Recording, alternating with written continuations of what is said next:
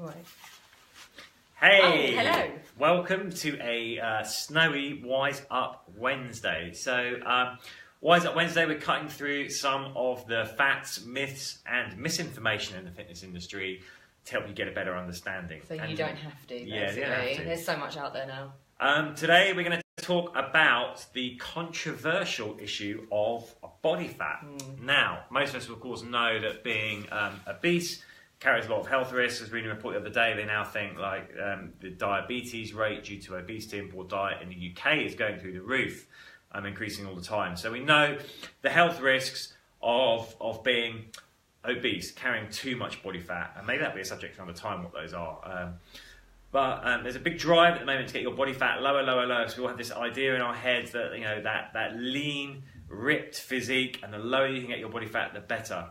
Really important to note that being low body fat also carries significant health risks. So we're just going to talk you through body fat levels and what some of the health risks associated with going down to the extreme low end can be. And then we're going to relate that to some of the stuff that you might be seeing on Facebook and Instagram and all over social media, and you're looking at these people going, oh my gosh, I'm going to talk from a woman's perspective right now.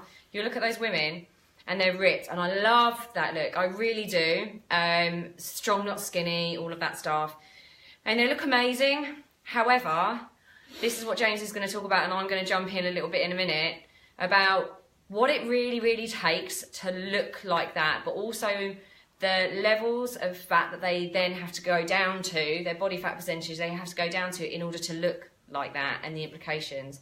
So, yeah, don't know whether you just want to talk about normal body fat levels. So let's get an understanding of what your body fat percentage should be, could be, what we'd say normal levels are. So every individual is different. Let's make that point at the start. Everyone's going to have different. There's going to be a percentage point, 1 or 2 difference here, apart from when we get to the really low end. And of course, women are built differently to men. They do carry a high proportion of body fat. We have boobies as well. Boobies and bums. Always keep it in there. So what we call for the normal population body fat. For men, it'd be somewhere between like 18 to 25% body fat. For women, it's going to be about 25 to 31% body fat. Above that, you're starting to get into the obese level. You want to start to bring that down. For the people who are considered fit and active, for men, it's going to be around 14 to 17% body fat. For women, 21 to 24%. For an athlete, it's going to be for men around the 6 to 13%, depending on their sport and their season, their time of year. And then for women, around 14 to 20%. So we established the norms there for athlete. Below that, people below that, we're really going to getting into 2 types of people here, is fitness bodybuilder competitors and people who are ill. Your essential fat levels. For males, you need between 2 and 5% body fat minimum. For females, 11 to 13% minimum. Now, for women, first of all, we're just going to talk about what happens if you get below and stay below around 14%. It's going to be different for everyone, but 13, 14%. If you get below that point and stay there, basically you've got disruption of the endocrine system, which is all the glands around the body that control your metabolism, your hormones, your sex hormones, your cycle. You're going to get hormonal issues, loss of cycle. More seriously, your organs start to shrink, and you get damage to your central nervous system. So I don't know if you know or not, but a lot of the Claire's going to talk about in a minute, like female bikini competitors, 8 to 11. The recommended body fat for them is 8 to 13%. That's it, 8 to compete, which is already below the essential level. Now, it's really important we know when they're competing and when they're going in to compete, they're trying to get down to that level. Speak to any of them, they'll be getting their periods stop, their fertility drops, they're exhausted, energy. They're angry, yeah, they're hungry. And the problem is now we're being presented with a lot of images that are saying this is a normal state to be in. And for men, it's the same thing. Bodybuilders will try to get down to between 5-6% body fat for shows. But again, if you talk to any of those guys that compete as fitness models or for shows, they tell you that they're so fatigued, there's so little energy, they can barely get on the stage to pose and do their stuff. Yeah. And again, we're just going to run through. We'll talk about like the impact and the comparison, what's happening. But for anyone that is below the essential level of body fat for a prolonged period of time, endocrine system disruption, low energy, low testosterone levels leading to low libido, interruption of cycle for women, heart risks, brittle bones because you can't process calcium and vitamin D without the fat, and your immune system becomes suppressed, so you're more prone to sickness.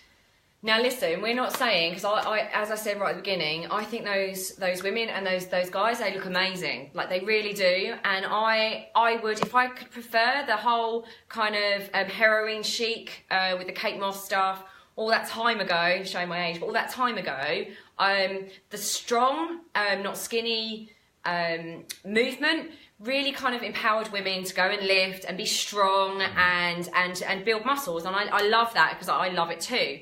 And I'm not saying we're not dissing the bikini competitors or the bodybuilders at all. What we're trying to say is they have to go to a really, really low body fat percentage, which has all of those issues, in order to compete. And what we don't want all us normal people thinking is that is their normal state and they look like that all the time. They have to drop down to that. And then when they're not competing, they cannot stay there. They will not stay there. So all the photos you see on Instagram of all your favourite female bikini competitors and everything, those photos are when they're competing, and they'll just keep posting them. So you think that that's what they look like all the time. And we're just cutting through the BS and saying that's actually not what they look like all the time, because they cannot stay there. And if they do, they get all of those problems, which is just, again, not a happy, balanced way of living. We don't want to live like that. I mean, just to give you an idea, so you've got something to relate to, my body fat percentage is probably about 19? Yeah, 19 to 20. 19 and 20. And I'm happy with that, and I look lean, and it's because I like wine and eating nice food. So, but hats off to all those people that do it, but we just don't want anyone to think that is sustainable, because it's not. I think the issue today is, like, if you say these competitors, they will go, we know it's for a fact, they'll go and they'll take hundreds of shots in different outfits at competition time and then cycle them through the year, so it looks like they're always in that condition, but of course they're not, because competitors also do have a support network around them at the higher levels, doctors, coaches. They know it's not healthy to stay at that level. Unfortunately, with social media, we're being led to believe that that's the level we should be at for the long term, and it most definitely is not. So anyway, hope you found Wise Up Wednesday helpful this week, and we'll be here next week giving another one of our, not rants, but just cutting through some of the stuff that we see out there so that you don't have to. Okay, have a good one. Stay warm.